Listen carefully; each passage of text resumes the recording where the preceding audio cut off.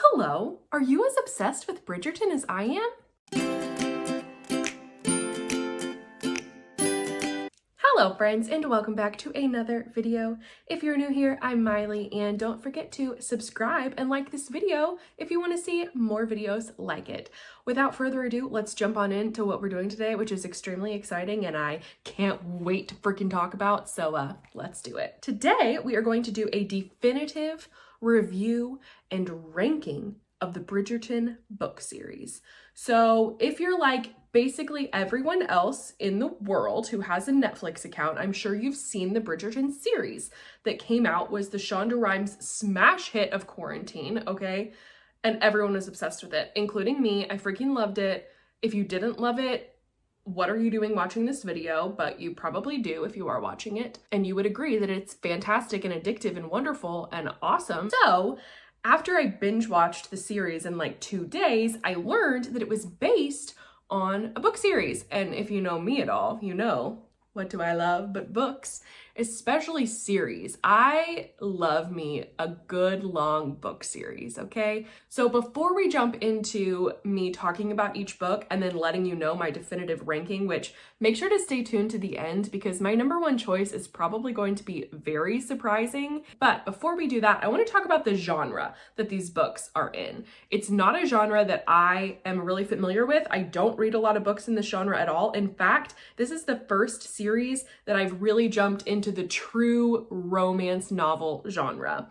I really never picked up a true romance book before. And it's not because I think they're gross or I think I'm above reading them or they're trash or they're not well written. Like, it's just never been something that I've picked up and wanted to explore before. But with Bridgerton, it was the first time that I was like, heck yeah, I gotta read these books because if they're half as good as the TV show, then I'm gonna freaking love them. Spoiler alert, they're freaking amazing and I do love them so much, which is why I'm making this video. Reading these books was the first time I got my feet wet in the true, like, sexy, unapologetically romantic novels.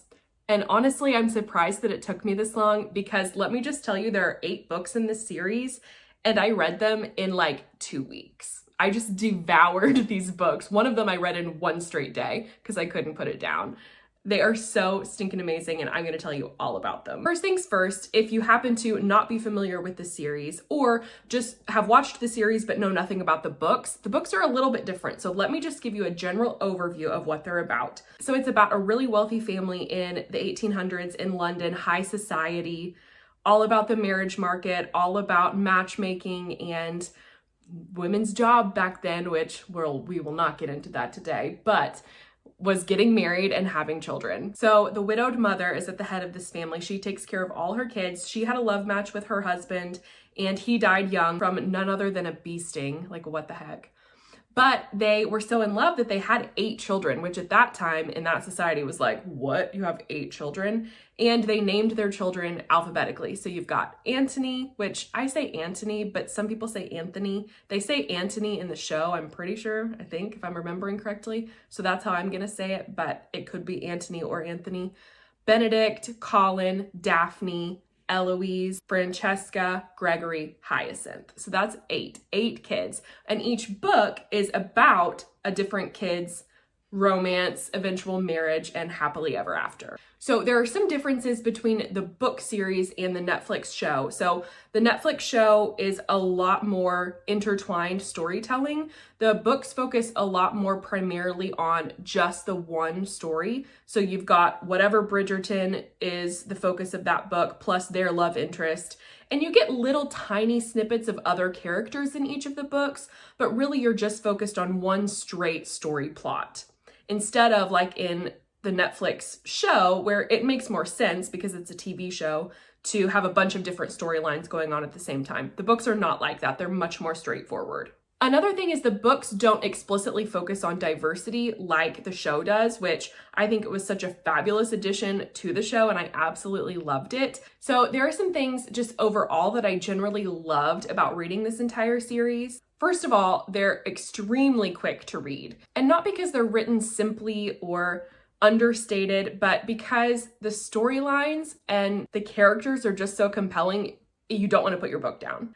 Another thing I really love about it is that it doesn't get overly complicated. Now, the plots are very intriguing, very entertaining, and there's definitely conflict that happens that needs to be resolved, but it's never super drawn out or weighty to get through.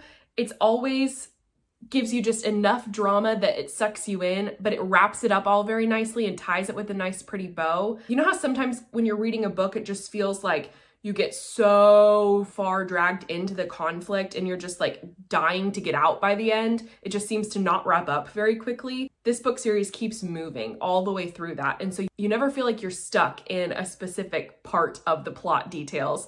Everything just keeps moving really nicely and always ends up with a very satisfactory happy ending. The last thing I really love about this book series is that it's honestly just unapologetically romantic. You've got super drippingly romantic, over-the-top love confessions and some really juicy scenes. There are some rated R details splashed in there, so if you're not about that, then maybe don't read it, but it doesn't bother me one bit. I love it. Okay, so now that I've given you my general overview, I'm just going to talk really quick, a minute or two on each book, kind of more of the nitty-gritty specifics so that you can get an idea, if you haven't read these books, on what each one focuses on and see if maybe it's something that you'd like to read. So the very first book is The Duke and I. So it focuses on Daphne Bridgerton, who's the fourth Bridgerton. She's the oldest girl of the Bridgerton siblings, and her very surprising love interest, the Duke of Hastings. So this book is a really good classic introduction to the Bridgerton series, and you are probably very familiar with the contents of this book if you watched the Netflix series, because there's Kylo. Hey, buddy. Good boy.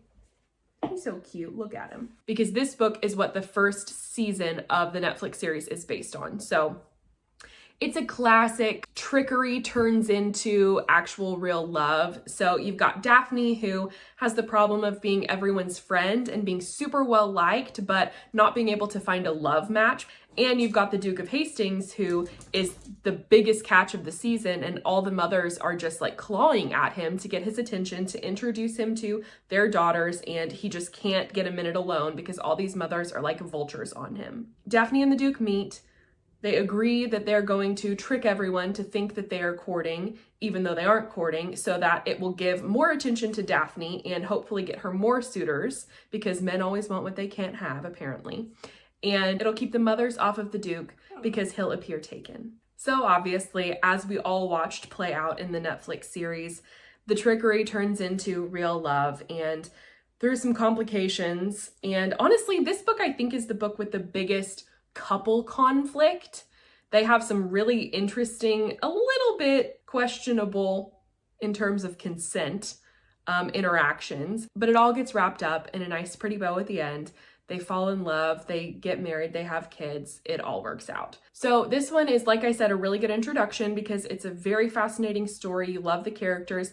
It's not one of my very favorites. I think it actually gets better from here, but it is a super fun read and definitely recommended. So the next book is The Viscount Who Loved Me, and it focuses on Anthony Bridgerton, the oldest son in the Bridgerton family, and his love interest, Kate Sheffield, who is my favorite character in the entire Bridgerton series. I freaking love Kate. So Anthony, as the oldest male sibling in his family, feels a lot of responsibility, especially because his father died at such a young age. And that's actually led to a lot of trauma for him. And he is convinced that he will have a similar fate to his father and end up dead at a very young age, and decides that it's time to get married, but that he does not want a love match. He does not want to fall in love. He's totally against that because he doesn't want to leave his wife heartbroken when he eventually dies early. Because again, he's convinced he'll die early for some reason. Trauma, you know. So he sets out to find the perfect bride, and he finds her. Her name is Edwina, and she's just super prim and proper. She's the catch of the season, and the only thing that's not perfect about their situation is that she has an older sister named Kate who keeps getting super meddlesome and doesn't like Antony's reputation, thinks he's a playboy, and tries basically to stop him from courting her sister. So he and Kate have the kind of classic love-hate relationship. As they get to know each other more, conflicting feelings start to happen, and they eventually get themselves in a compromising enough position to have to be married. And it totally blows Antony's plans completely away. And at the same time, he's super stressed because he's starting to feel feelings for Kate, and that's not part of his plan. So, oh, I love this book. I love this book so much. And it's actually super surprising because if you watched the Netflix series, Antony probably wasn't your favorite character, and he's even less likable in Daphne's book, in the first book. And so honestly, when I was like, ugh, Antony's book is next, I thought, okay, I'll just speed read through it. I'll get through Antony's story. I don't like him as a character, but I'll just get through it and move on to the other siblings that I'm sure I'll like better. I loved Antony so much. I loved his story. I loved Kate. Like I said, she's my very favorite in the whole series. She's just 100% authentically herself, unafraid to say what's on her mind, stand up for the people she loves. She's super snarky and hilarious. She just knows who she is. And this book is so full of humor, sarcasm, and witty banter back and forth between the two of them. It's probably the most interesting storyline, I would say, as well. Okay, so next is An Offer from a Gentleman, and it's Benedict, the second oldest Bridgerton boy, and his love interest, Sophie. And this one is the most unapologetically romantic. This is a love at first sight tale mixed with a kind of Cinderella-esque story. So Sophie is technically from the correct society, but some details of her past are kind of murky. Her family doesn't claim her, and basically she's been knocked down in society for no fault of her own. Kind of like Cinderella. She's honestly forced to be a maid to her stepmother after her father dies. It's pretty much the plot of Cinderella, actually. She and Benedict have one night where they both fall in love, literally love at first sight. It is the most gushy, most romantic of the books. And then 3 years go by and they don't see each other. And then circumstances make them meet again. He doesn't remember her because of the station she's represented in, but she remembers him. And so they totally fall in love again, and he realizes it's her, and they get married after some difficulty and some conversations that needed to happen. But it's just such a great book. This one is the most romantic of the entire series. Okay, next is Romancing Mr. Bridgerton, which is Colin, the third son, and Penelope Featherington. Her mother always dresses her in unflattering colors, and she gets made fun of, and poor girl, she just is kind of, this one is more like an ugly duckling story. And I hate to say that about a female character because that sucks, but that's what it is. Basically, Penelope's looked over. She and Colin are friends for years and years and years. And this story is much slower in terms of the romance. She's been in love with Colin since she was like 12, but it takes him the whole book to realize that he's in love with her and he wants to marry her. And it's a really sweet book. I really like their story. It's not the most interesting. The plot point isn't as compelling and forward thrusting as some of the other ones are, but it's just sweet to see their friendship develop into more. And it's also mixed with a little Whistledown drama. If you watch the Netflix series, you know who Whistledown is already. It's not revealed until this book that focuses on Colin and Penelope for obvious reasons. If you've watched the Netflix series, I won't spoil it for anyone who doesn't know who Whistledown is, but that drama comes out in this book in the end. Okay, next is To Sir Philip with Love, and this is Eloise Bridgerton, and I was dying to get to Eloise's book because I love Eloise in all the previous books I had read. She's the second oldest Bridgerton sister, and she is like a total feminist. She's a total feminist born in the wrong time when all females had to do was get married and birth children and be quiet and not speak. And if you weren't pretty, then you weren't held to high standards in society, and it's all totally messed up. But Eloise is completely different, and she totally calls people out and is a total feminist, and I love her. She's also super sarcastic and hilarious. And so her book is actually really different than I thought it would be, and a lot less conventional than the others. So up to this point, you've had different kind of tropes, but they've all been pretty straightforward: romance, marriage. Hers has a more layered story to it. So she actually develops a pen pal relationship with a widower of her, I think, cousin. And he has 2 children. He's a little bit older. And Eloise just feels kind of lost in life and develops this year-long pen pal relationship with this man, Sir Philip, that she's never met. And he eventually proposes to her through a letter. And it's not really a love match at the beginning. He invites her to come visit with a chaperone, of course, to see if maybe they would work out and could get married, because he's just looking for a mother for his children. That's in his top priority because they're out of control and he doesn't know how to parent them. Eloise goes. She doesn't tell any of her family that she's going. That's a true Eloise move. And she visits Sir Philip, meets his children. They kind of slowly fall in love, but the story is peppered with lots of guilt and parental strife, and it deals with the death of Sir Philip's wife, which was by suicide, and it deals with depression. And it's the first time in this book series that any of those kind of more in-depth and darker themes are present. And I really loved that about this book because it just felt a little bit more layered, a little bit more complicated, but it still had that nice Bridgerton ease and quickness to it. And so it didn't feel like depressing or like I was stepping outside of the series and it didn't make sense. I loved that it happened in Eloise's book because Eloise is more than just a dutiful daughter who's gonna go through high society and make a good match and have children. Her story would be more complicated because that's how Eloise is. So next is When He Was Wicked, which is Francesca Bridgerton's story. And hers is also like Eloise's in that it introduces some new themes. It has a more dynamic, more complicated plot that has kind of darker and more serious topics. And I just loved that. It kept the train going after Eloise's book, and I love Francesca as well. So she was actually widowed after 2 years of marriage. She had made a love match. She'd been married to an earl that she really loved, and it developed a super close best friend relationship with the earl's cousin, Michael. But the earl dies mysteriously in his sleep just from some sort of undiscovered illness. And it's a huge story about grief and coping with loss, that tremendous.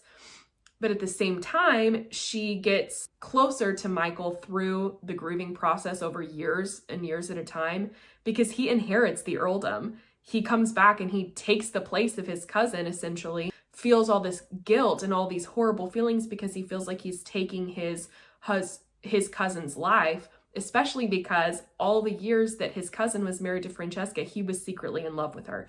Their feelings kind of progress and they ultimately end up totally falling in love. And oh, I love this one too. This is such a good book. I freaking love Francesca. She's much more independent than the rest of her family. She's not, one of the chickens in the coop that just comes along for everything. She has her own ideas and wants her independence in life. And you see that and how that affects her relationship with her family in the book. I love Francesca's story so much. Okay, so then we just have the final two, the youngest siblings, Gregory and Hyacinth. So Hyacinth's book actually comes first, even though she's the very youngest. I don't know why some of them are out of order and some of them aren't. Maybe it's a time chronological thing. I haven't thought too deeply about that, but I don't know. So Hyacinth's book comes next, and her name is so freaking hard to say, but her book is called It's in His Kiss, and I loved this book. Hyacinth might be my favorite Bridgerton. I love her.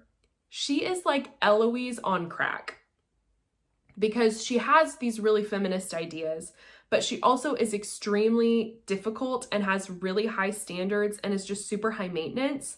Literally says anything on her mind that comes out of her mouth. I think I love Hyacinth so much because I think I am Hyacinth. So her story makes for kind of a complicated plot as well, although we don't have as many of the really dark themes that we have in the two previous books. It takes her a long time to find a match because nobody's good enough.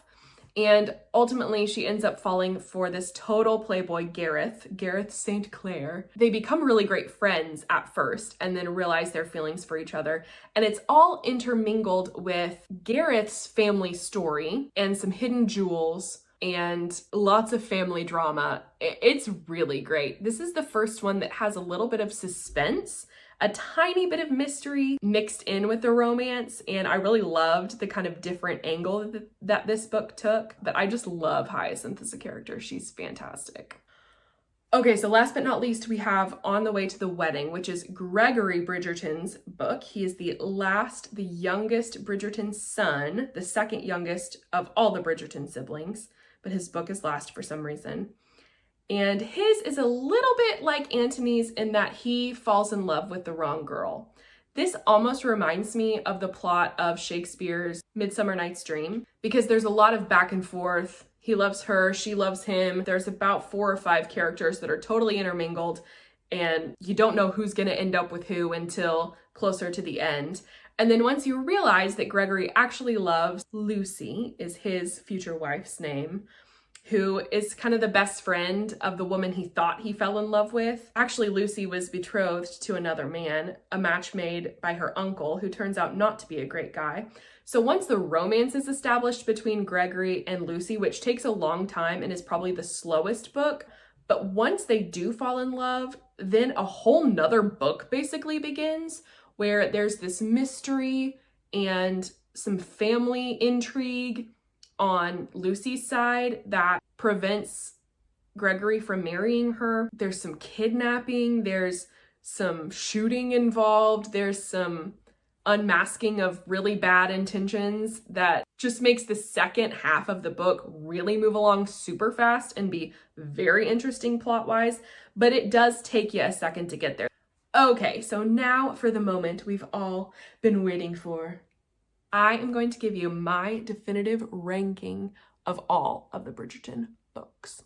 So first, let me say that my opinions are probably unpopular, and I'm sorry. If you are a diehard Bridgerton fan, I want to know so badly in the comments down below what your definitive ranking is, because I don't know a lot of other people that have read these books. I know pretty much everyone's seen the Netflix series, but I'd love to talk about the books specifically with people. So if you've read them, let me know down below and give me your ranking. I'm gonna start from 8 and go up. So my least favorite Bridgerton book, and I will say this with a grain of salt because I really love all of them. So it was really hard, especially when I got more toward the top, it was really hard to decide which ones I loved the most. So my number 8 is actually probably going to be super surprising. My number 8 is The Duke and I. It's my least favorite of the Bridgerton books. All the other ones are better in my opinion. Number 7 is On the Way to the Wedding, Gregory Bridgerton's book, just because, like I said, it's the slowest to get through up to a certain point. Number 6, I put Romancing Mr Bridgerton, which is Colin and Penelope's story. And really it was just because theirs is more of just kind of a slow and steady storyline. Okay, my top 5. This is where it gets so hard, you guys, so hard, because I love all of these so much. But my number 5 is It's in His Kiss. That's Hyacinth's, and she's my favorite Bridgerton for sure. And I love her book, but I just love some of the other books even more. So she's number 5, even though it pains me, because really until I get to number 1, the next 4 are really pretty much on equal playing field for me. I love them all so stinking much. So this was really hard for me to rank them. Number 4 is When He Was Wicked. And this one killed me the most because I love Francesca's book, love it. But I think I love the other 3 more. So it's number 4, even though I wish she could be number 1 because I love Francesca so much, but she's number 4. Okay, number 3 might be surprising, but number 3 is An Offer from a Gentleman. It is the Cinderella story. It's Benedict and Sophie. It's the most gushy, most romantic. And so I think it's probably, I don't know, I haven't talked to anyone who's read these books really, but I think it probably falls fairly low on some people's list. But this is the one book that I read in one day because I just couldn't put it down. I loved it so much. I thought it was so fascinating, so fun to read, so indulgent. Like, I just loved this book. So that's why it's number 3 for me. I freaking love it so much. Okay, and then number 2 is Eloise's book, To Sir Philip with Love. And I just love this one because it was the first of the change in the Bridgerton books for me, where they got a little more in-depth, a little more dramatic and serious thematically. And I just love Eloise as a character as well. But her story was just so compelling from beginning to end. So good. So that's my number 2. And then my number 1, by far and away, above all the rest, my very favorite one is Antony and Kate's story, The Viscount Who Loved Me. I really want to go back and read it over again now that I've read all the Bridgerton books, like I said, in like 2 weeks, so I sped read them all. That one specifically was just my very favorite. I loved every part of it. I couldn't put it down. I sped right through it. It made me laugh. It made me cry. I freaking love that book. Oh, I just loved it. So romantic. Oh, freaking love Anthony and Kate. Love them so much, so much. So there you have it, my definitive ranking and review of all of the Bridgerton books. I hope that if you haven't read them, that you definitely will now. Please let me know which one ends up being your favorite when you've binge read them like I did. And if you have read them, let me know down in the comments below what your ranking is. I'd love to hear what your #1 favorite is. So that's it. Thank you guys so much for watching. Don't forget to like this video and subscribe if you want to see more like it. And I will see you next time. Bye!